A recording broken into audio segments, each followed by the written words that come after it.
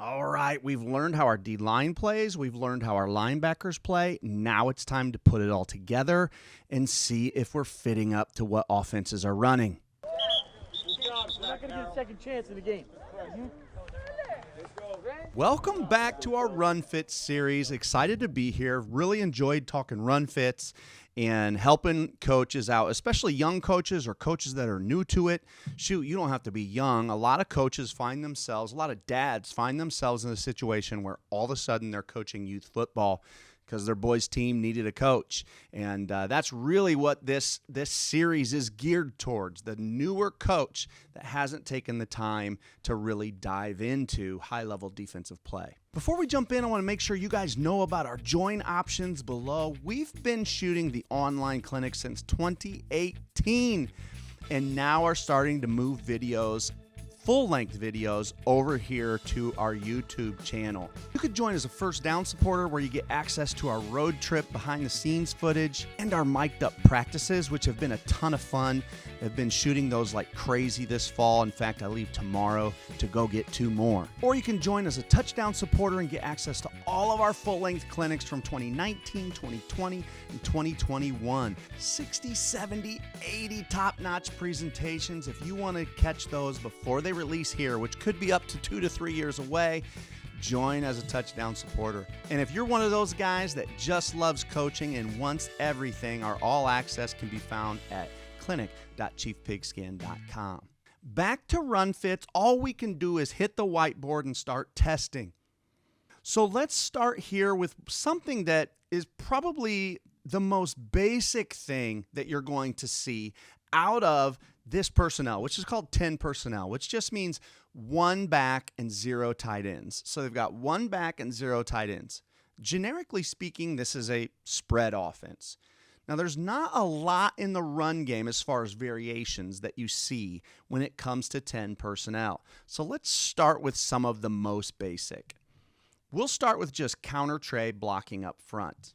This man's going to block back for his pulling guard, who's going to look to kick out the first man outside of that tackle, and the pulling tackle will look to follow and lead up through the hole. That's going to give us a down block here on the nose. This man's going to down block, veer release, and try to get to this backside linebacker. The backside tackle here is responsible for the play side linebacker. So let's see how we fit up and how our rules affect this. Our defensive end here is getting skipped, so his job is what? Down trap. I know I'm going to get kicked out, so I'm coming straight down the line. I want to get underneath this trap before I pry up through. So hopefully this D-end is getting under this. At the very least, is not getting kicked out. This nose guard is getting a down block. He needs to fight this down block. So this one can be tough sometimes. If his hands are on the center and he's getting skipped, right, you can think down trap. But something that's a little more intricate is I've got to squeeze a down block, but I've got to fight a down, right? If my guy is trying to skip me, but there's a man immediately outside trying to down block me, I have to actually fight that. That's a little detail we hadn't covered. As the tackle here, my guard is pulling. I'd like to follow. Now I'm likely going to get cut off because this center is coming to back block me, and that's a very doable block. I will very likely get cut off from following, but I'm going to try. And this D-end is a followable block, okay? There's no one coming to cut you off. You should be squeezing and following straight this way. Now, in this particular case, there are teams that will read this, where this guy will be coming across his face. They'll be reading it, but there are a lot of teams that, in fact, more likely at the level that you're coaching, high school and below, or even small high school and below, they're not reading it. They're just sending this man in front of that quarterback's face for eye candy, to hold people. They want people to chase. They want this D-end to bite on it. They want all the linebackers to bite on it, and the quarterback's going to keep it and come straight back here following all his blockers. It's actually a killer play. Now, as we said, our linebackers are keying the backfield. I actually think I said that in the last video. I think it's a great idea to split your forces, to have you have some men that are keying linemen and some that are keying backs. In modern day football, linemen or the good teams will find ways to lie to you with their linemen. But the good news is if you lie to me with your linemen, that means you're not taking good blockers to the play, to the ball. So that ball carrier is running without blockers. So it's not all bad for these guys to lie to you unless you have all eyes on those guards. So we've got our linebackers' eyes in the backfield. So our linebackers are keying back. This linebacker right here is seeing his back come at him. So I've got to strike a match right now. We call this strike. I want to be straight downhill, right off the hip of that tackle, and I'm looking to play the inside hip of that ball carrier. This linebacker here on the backside has the back on my side. Okay, so now key away, I've got to think play my way. I'm the anchor. Okay, so as soon as I see that key away, I am going to strike a match straight ahead. So now what we're going to get in this fit, I know there's a lot of lines in there, so hang in there. But in this fit, what should happen is here comes your quarterback. He rides that fake. He wants to attack this. It's cloudy and clogged up right here straight away where the hole was supposed to be. And it's clogged up because our defensive end has spilled this kick out. When he spills that kick out, it also makes just more of a muck because the tackle behind him gets caught up in the trash. If that quarterback hesitates very much because our DN does a nice job spilling it, then he's going to get chased down by our backside defensive end. And if the quarterback doesn't hesitate and tries to bounce it immediately, then that's where our linebacker is coming to strike a match, and he's there to make the play. So we're very well fit up to this.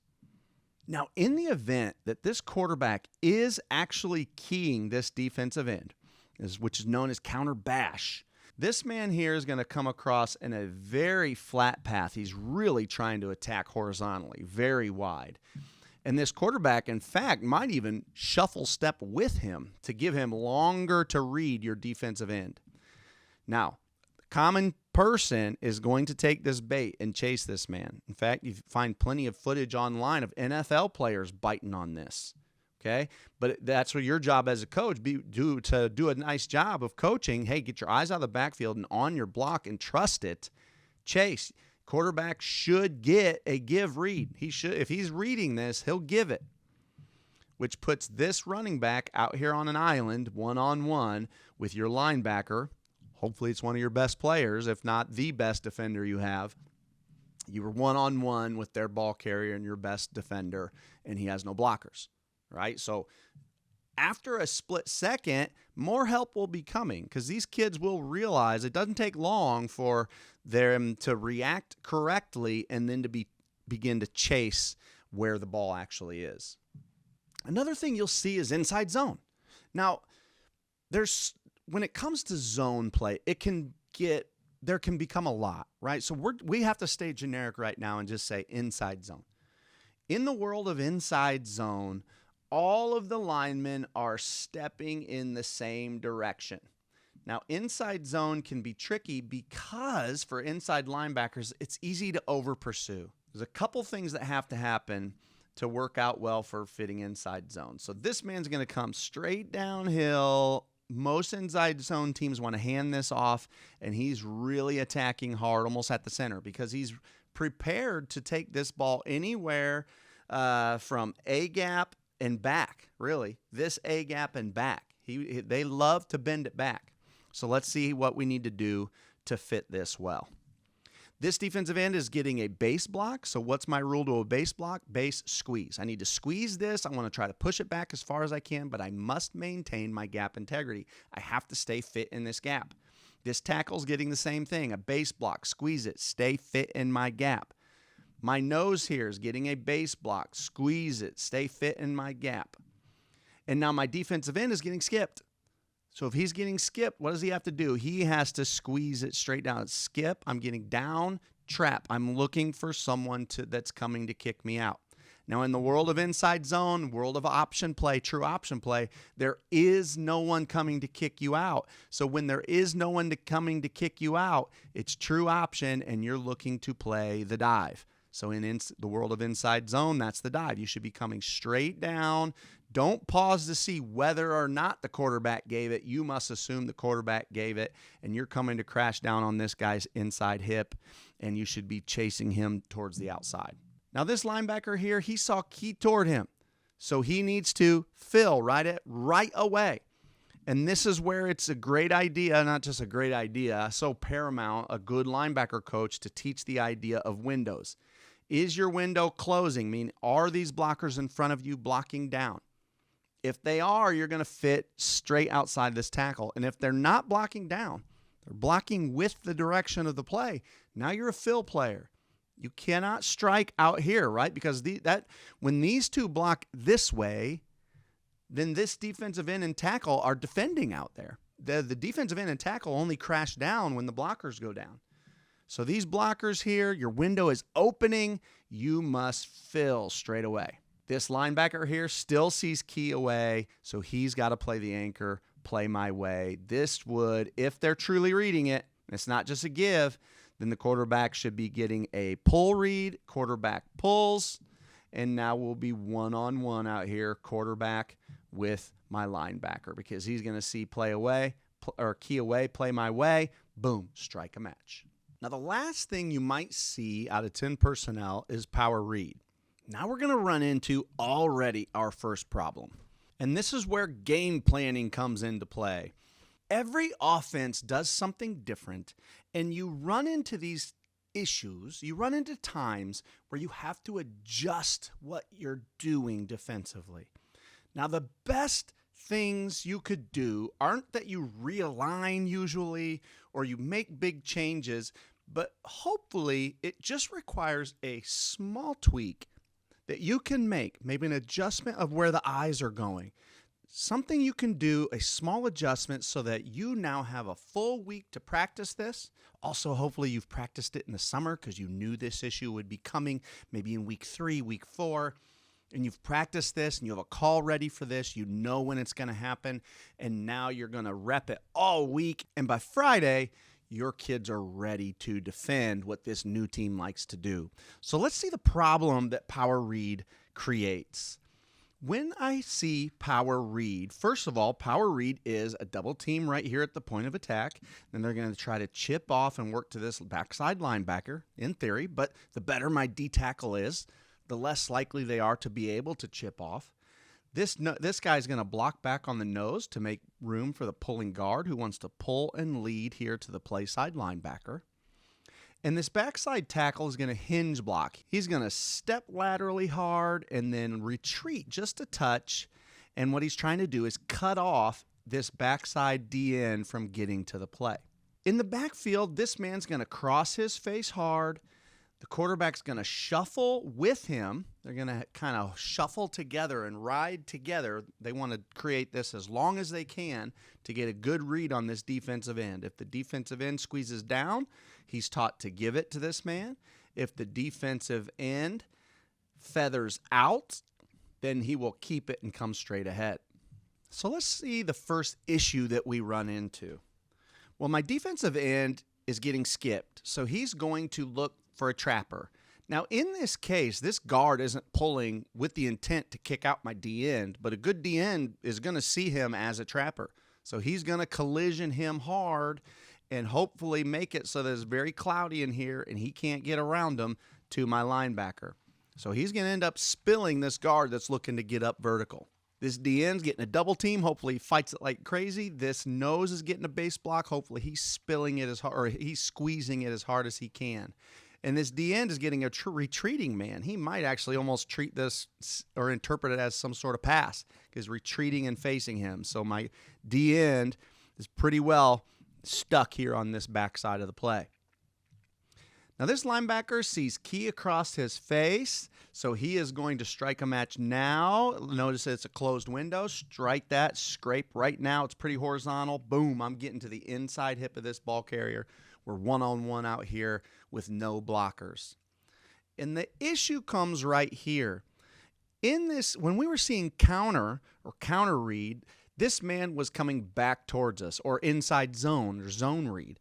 And so our linebacker was taught this anchor. Hey, we want to anchor. Key away, I think play my way. I'm right here. Well, in this case, it's key away. They're not trying to hit back here. They're trying to come right here on the same side as the horizontal stretch to play off tackle right here. Now, the only issue is that we would rather not have our free man back here on this backside. We wouldn't mind having his help over here. So what small adjustment can we make to get some help?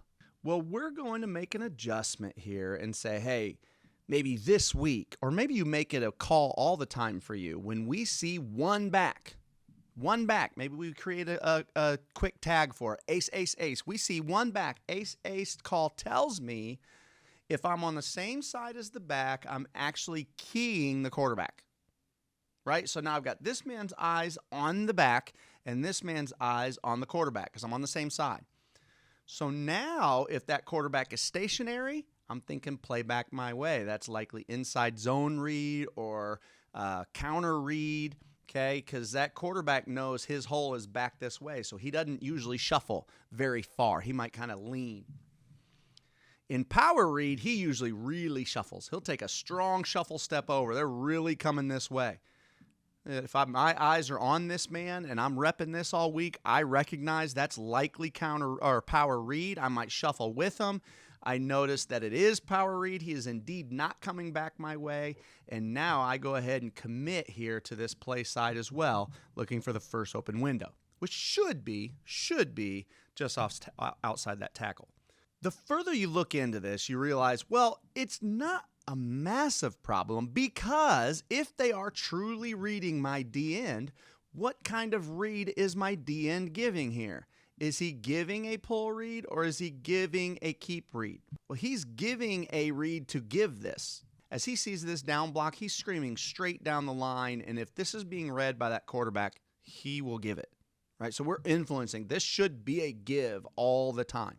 But I still like the adjustment of the rules because we get this man coming to where the other threat is. And we got to do that with the slight adjustment of changing the eyes of the man on the same side of the back. Well, we've dived into run fits a little bit, and you can already see how it gets exciting to test things and is it working and what little things give us fits. And when we see this, we might need to make this small tweak. Now, you want to look for the best set of rules that requires the least amount of tweaks, because the more tweaks, the more likely a mistake happens. And we want to eliminate mistakes. We want to bend, not break, right? There's going to come times where they're going to do things well, right? Offense has good players too. Offense has good coaches too. They do things well and are hard to stop. So good things are going to happen for them. So we just need to make sure we're making a tackle and living to fight another day and that we fit up to the most things possible. Hey, if you enjoyed this, I'd appreciate any support. Like, subscribe, join. Thanks for supporting what we do. And hey, if you like video games and you play College Football 25, you should join our league. So look us up on X at CCF League. We're trying to grow our league of 40 coaches to 80, and we'd love to have you be a part of it. All right, guys, we'll see you next time, and we'll keep talking ball.